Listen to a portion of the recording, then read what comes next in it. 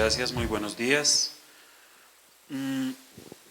Voy a tratar de seguir el planteamiento que se ha realizado, hacer un balance de lo nacional, apuntando a la conexión, a la conectividad y luego hacer algunas de las apuestas de trabajo conjunto como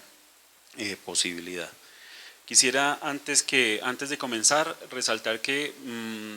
en este momento, en esta sesión y esta presentación está precisamente marcada por el ejercicio que se ha realizado en un colectivo amplio de investigadores en Colombia de comenzar a constituir lo que hoy se llama Redicom, que es precisamente esa Asociación Nacional de Investigadores en Comunicación en Colombia que ha costado un gran esfuerzo ir construyendo y que está dando pasos interesantes como veremos ahora en la presentación.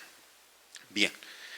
datos iniciales rápidos para poder ubicar el caso colombiano. Este es ante el Sistema Nacional de Ciencia y Tecnología, que es el de Colciencias, el dato de nuestros 75 grupos de investigación en comunicación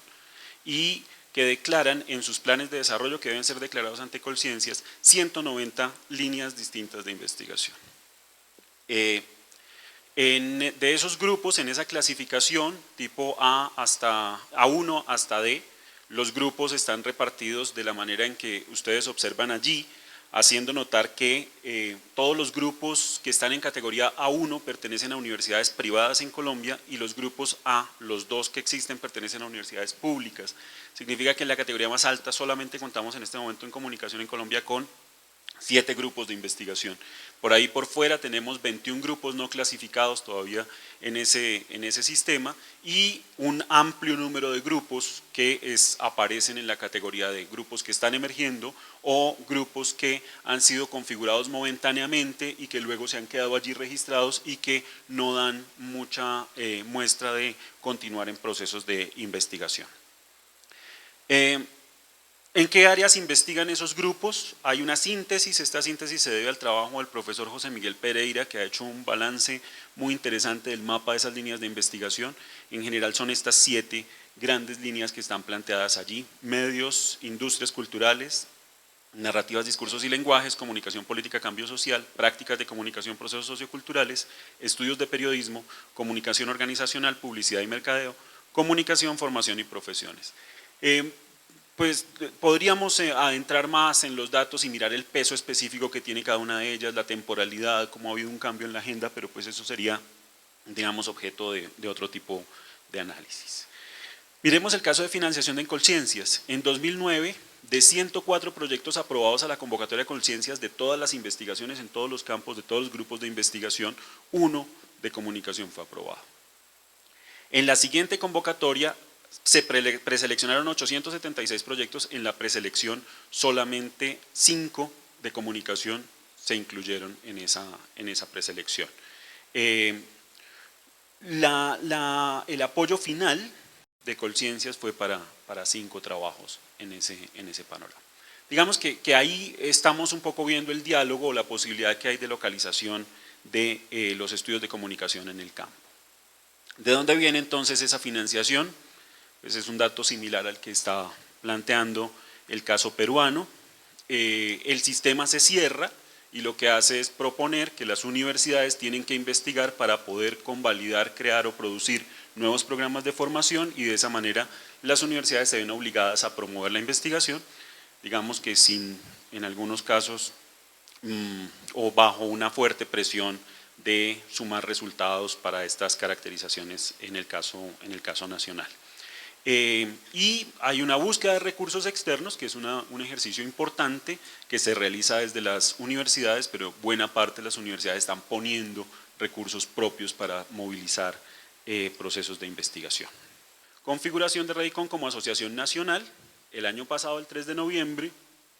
50 investigadores, esa reunión es muy interesante, configura el grupo promotor, pero además junta varias generaciones de investigadores, que es un hecho significativo para la conformación de esto. Tendremos ahora una reunión nacional en mayo y 2 encuentros realizados por otras 2 universidades en agosto y octubre que pretenden ser el lugar donde Redicom, aparte de visibilizarse, tenga una posibilidad de mostrar un poco el mapa que a nivel nacional los grupos están desarrollando.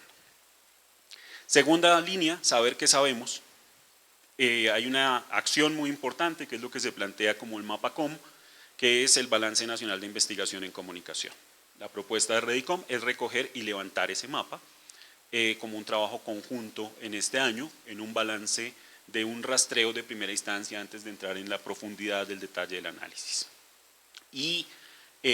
otro elemento de saber qué sabemos, lo traía aquí como referencia, es un tipo de trabajos que han comenzado a emerger en donde se comienza a explorar la genealogía sobre la epistemología y la genealogía de los estudios de comunicación en Colombia.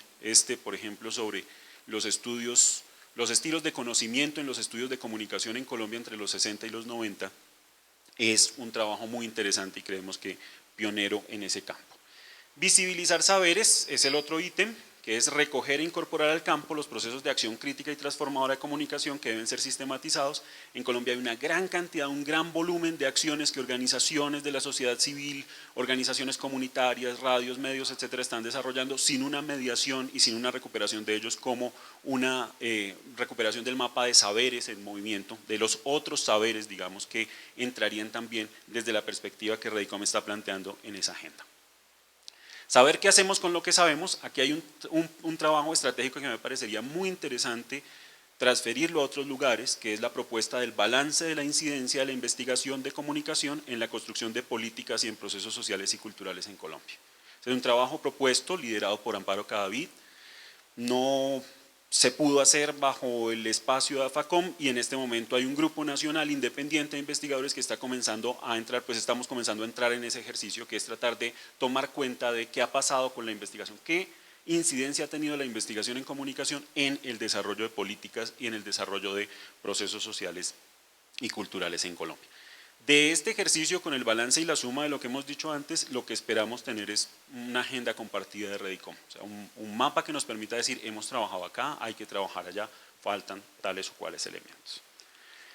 Este otro elemento, saber poner en diálogo experiencias, como lo señalamos en la presentación del evento en el que estábamos hace un par de días, trabajar contra el desperdicio de la experiencia, como lo diría Boaventura de Sousa, y particularmente ahí lo que estamos diciendo es cómo recoger las experiencias valiosas de construcción de políticas que hay local, regional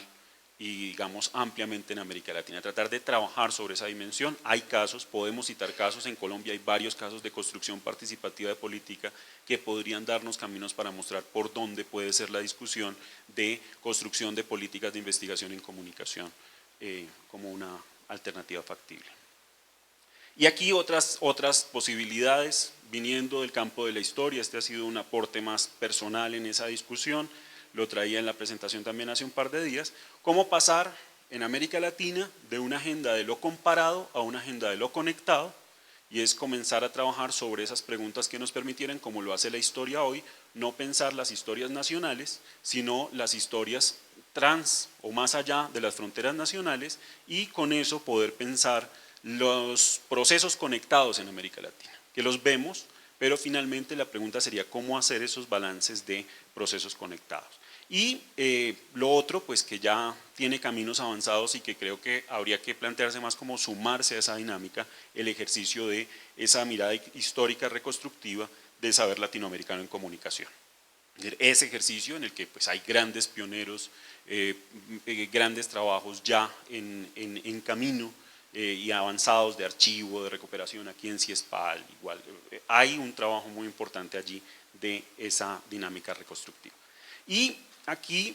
un tema de transferencia de experiencia que nos permitiría trabajar mucho en la dinámica de políticas, como el que está viviendo hoy Colombia, por eso lo pongo ahí la experiencia, se llama la ley Lleras porque el ministro que ha promovido la ley de control antipiratería es de apellido Lleras, y esa ley pues en estos días fue aprobada por condiciones del encuentro que hay de la Cumbre de las Américas y para avalar el TLC, etc. La pregunta en este sentido es cómo hacer para que otras experiencias de reflexión dialoguen con esas experiencias, otras experiencias en otros países que han vivido procesos similares puedan entrar en ese diálogo y eso pueda alimentar un poco la dinámica de nuestra agenda de reacción a la agenda actual en comunicación. Lo otro, propuestas que están asociadas más a la idea de aprovechar la red, como se planteaba hace un momento, como un lugar de circulación libre de contenidos, plantear cuál sería el lugar y el espacio en el cual se pueden colgar documentos, presentaciones, registros de charlas y eventos que puedan estar a mano y disponibles para esa circulación constante de lo que se viene haciendo en el campo. Muchísimas gracias, eso es la presentación.